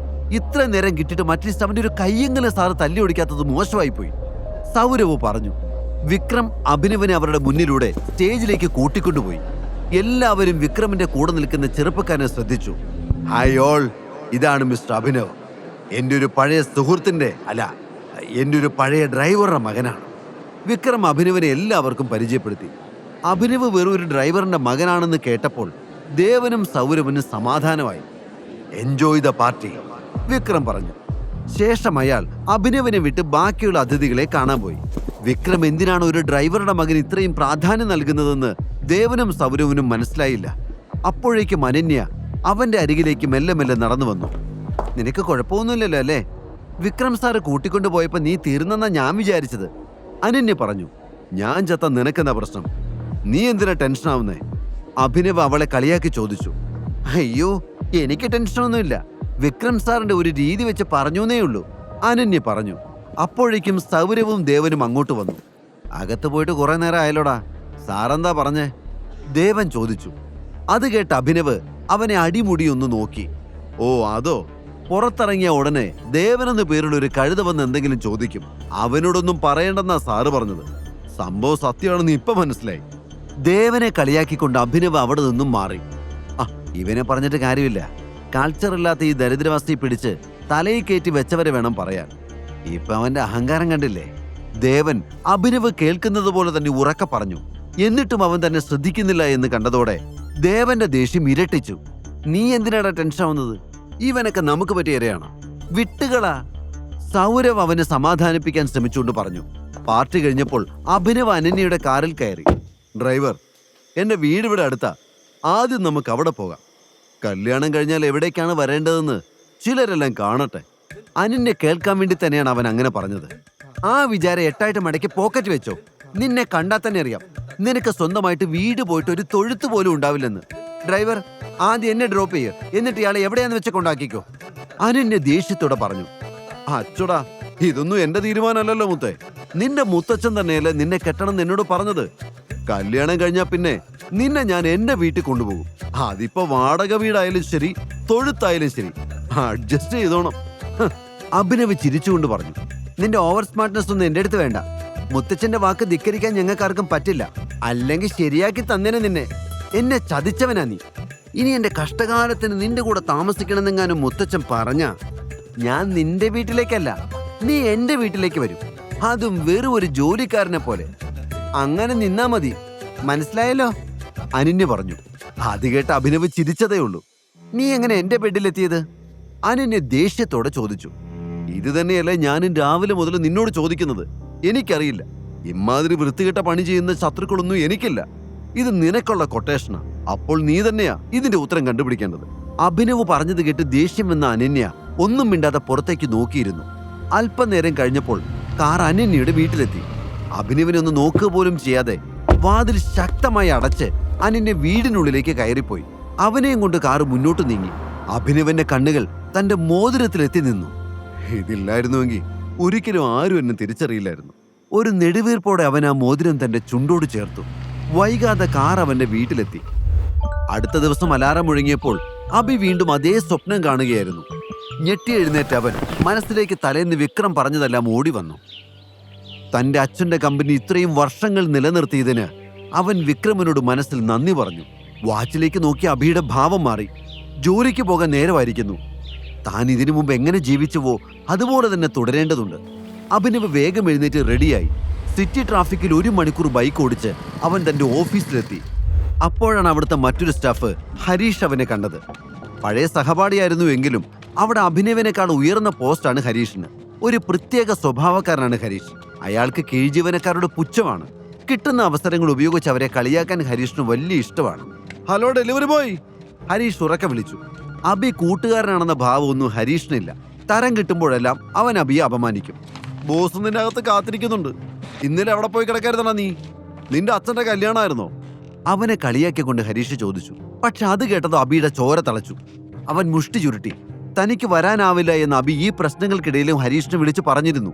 തന്റെ ലീവ് ഹരീഷ് മനഃപൂർവ്വം റിപ്പോർട്ട് ചെയ്യാത്തതാണെന്നും അവനറിയാം. ഒന്നും മിണ്ടാതെ അഭി ബോസിന്റെ ക്യാബിനിലേക്ക് നടന്നു. Good morning sir. ക്യാബിന്റെ ഡോർ പതിയെ തുറന്നുകൊണ്ട് അഭിനവ് പറഞ്ഞു. അത് കേട്ടതും കണക്കുകൾ പരിശോധിക്കുകയായിരുന്ന ബോസ് അവന് ദേഷ്യത്തോടെ നോക്കി. അയാൾ അവനോട് അകത്തേക്ക് വരാൻ ആംഗ്യം കാണിച്ചു. എന്തിനാണാവോ ഇന്ന് സാറ് എഴുന്നള്ളിയത്? ബോസ് ചോദിച്ചു. ആ ചോദ്യത്തിന്റെ അർത്ഥം അഭിനവിന് മനസ്സിലായില്ല. എന്താ സാർ? അവൻ ചോദിച്ചു. അല്ല, ഇവിടത്തെ കാര്യങ്ങളെല്ലാം തീരുമാനിക്കുന്നത് സാറാണല്ലോ. അതുകൊണ്ടാണല്ലോ തോന്നിയ പോലെ വരവും പോക്കും. ഇന്നലെ ഇവിടെ എത്ര ഡെലിവറിയാ നീ ഒറ്റ ഒരുത്തം വരാത്തത് കാരണം മുടങ്ങിയെന്നറിയോ? തന്റെ മേശപ്പുറത്ത് ദേഷ്യത്തോടെ ഇടിച്ചുകൊണ്ട് ബോസ് പറഞ്ഞു. പക്ഷെ സാർ, എനിക്ക് മാസത്തിൽ 1 ക്യാഷ് ലീവ് ഇല്ലേ? ഞാൻ ഇതിനു മുമ്പ് ലീവൊന്നും എടുത്തിട്ടില്ല. പിന്നെ വരില്ലെന്ന് ഞാൻ ഹരീഷ് സാറിനെ അറിയിച്ചിരുന്നു. ഒരു അത്യാവശ്യം വന്നതുകൊണ്ടാണ് ഞാൻ. അഭിനവ് പറഞ്ഞു. നിനക്ക് ലീവ് തരണോ വേണ്ടയോ എന്നൊക്കെ ഞാൻ തീരുമാനിക്കും. നിന്റെ സ്വന്തം ഇഷ്ടപ്രകാരം ലീവ് എടുക്കാൻ ഇത് നിന്റെ അച്ഛന്റെ കമ്പനിയൊന്നുമല്ല. അച്ഛനെ പറഞ്ഞപ്പോൾ അഭിനവിന് ദേഷ്യം ഇരച്ചു കയറി. അവൻ ബോസിനെ തുറിച്ചു നോക്കി. എന്താണാ നോക്കി പേടിപ്പിക്കുന്നേ? ഗുരുതരമായ വീഴ്ചയാ ഉണ്ടായത്. ഇനി നിന്റെ സേവനം ഇവിടെ വേണ്ട. പകരം ഞാൻ വേറെ ആളെ വെച്ചു. കൂടും കിടക്കൊക്കെ എടുത്ത് സ്ഥലം വിട്ടോ, ബോസ് പറഞ്ഞു. അത് കേട്ട് അഭിനവിന് ഞെട്ടലൊന്നും ഉണ്ടായില്ല. നിസ്സാര കാര്യത്തിന് ആളുകളെ പറഞ്ഞു വിടുന്നത് അവിടെ പുതുമയുള്ള കാര്യമല്ല. എപ്പോൾ വേണമെങ്കിലും തന്റെ ജോലിയും നഷ്ടപ്പെടാമെന്ന് മനസ്സിലാക്കിക്കൊണ്ട് തന്നെയാണ് അഭിനവ് അവിടെ തുടർന്നിരുന്നത്. ശരി സാർ, ഇതുവരെയുള്ള സാലറി തന്ന ഞാൻ പൊയ്ക്കോളാം, അഭിനവ് ഉറച്ച ശബ്ദത്തിൽ പറഞ്ഞു. എന്തോ? എങ്ങനെ? ഇന്നലെ നീ കാരണം കമ്പനിക്കുണ്ടായ നഷ്ടം ഈ മാസത്തിൽ നിന്റെ മുഴുവൻ ശമ്പളം തന്നാലും തീരില്ല. കണക്ക് നോക്കിയാൽ നീ ഇങ്ങോട്ട് തരേണ്ടി വരും പൈസ. എന്റെ ഒരു മര്യാദ വെച്ച് അത് ഞാൻ ചോദിക്കുന്നില്ല.